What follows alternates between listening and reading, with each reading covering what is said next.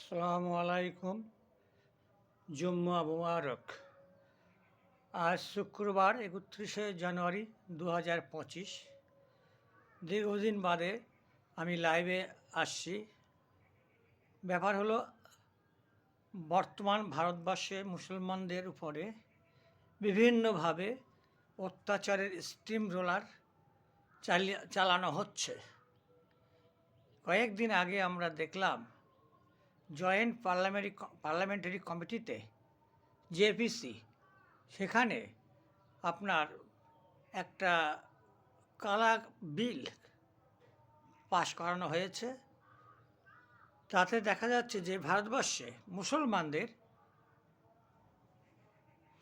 28,20,000 বিঘা ওয়াকফ property, যে ওয়াকফ সম্পদ আছে, সেটায় ওয়াকফ বোর্ডের নিয়ন্ত্রণ থাকবে না এবং সেখানে অনেক সংশোধনী আনা হচ্ছে যাতে আমাদের মুসলিমদের অনেক অসুবিধায় ঘটবে।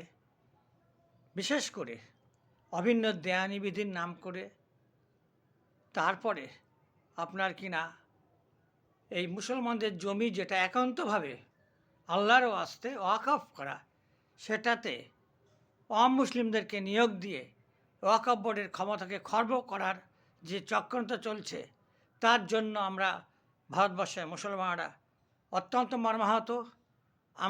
আমরা এই দেশের স্বাধীনতার জন্য টন টন রক্ত ঢেলেছি। আমরা মনে করে দিতে চাই, সরকার যদি আমাদেরকে বাধ্য করে, তাহলে আমরা কিন্তু বৃহত্তর আন্দোলন করব ইনশাআল্লাহ। কারণ সরকার হয়তো আমাদেরকে চাইছে যে আমরা ওয়াকফ জিহাদের দিকে আমাদেরকে ঠেলে দিতে চাইছে। তা আমরা এই জন্য বলছি, সরকার এরকম কোনো কালাকানুন আনবেন না, বিল পাশ করিয়ে কালাকানুন যেন না হয়। আমাদের মহামান্য আমাদের রাষ্ট্রপতি, তার কাছে আমাদের আবেদন, তিনি যেন এই বিলে যেন স্বাক্ষর না করেন, আইন পাশ না হয়। ভারতবর্ষ জিন্দাবাদ, ভারতীয় জাতীয় ঐক্য জিন্দাবাদ, হিন্দু মুসলিম শিখ ইসাই জিন্দাবাদ। আমরা ভারতবর্ষে হিন্দু মুসলিম শিখ ইসাই মিলিতভাবে বসবাস করতে চাই এবং আমরা আমাদের অধিকার সুরক্ষা করতে চাই। আমাদেরকে যেন কেউ আমাদেরকে বিচ্ছিন্ন করতে না পারে এবং সর্বোপরি আমাদের ভারতীয় সংবিধান যাতে অক্ষুণ্ণ থাকে, ইনট্যাক্ট থাকে, এই আশা রেখে আমার এই ক্ষুদ্র আজকের আমার যে ভিডিওটা এখানে শেষ করছি। জয় হিন্দ।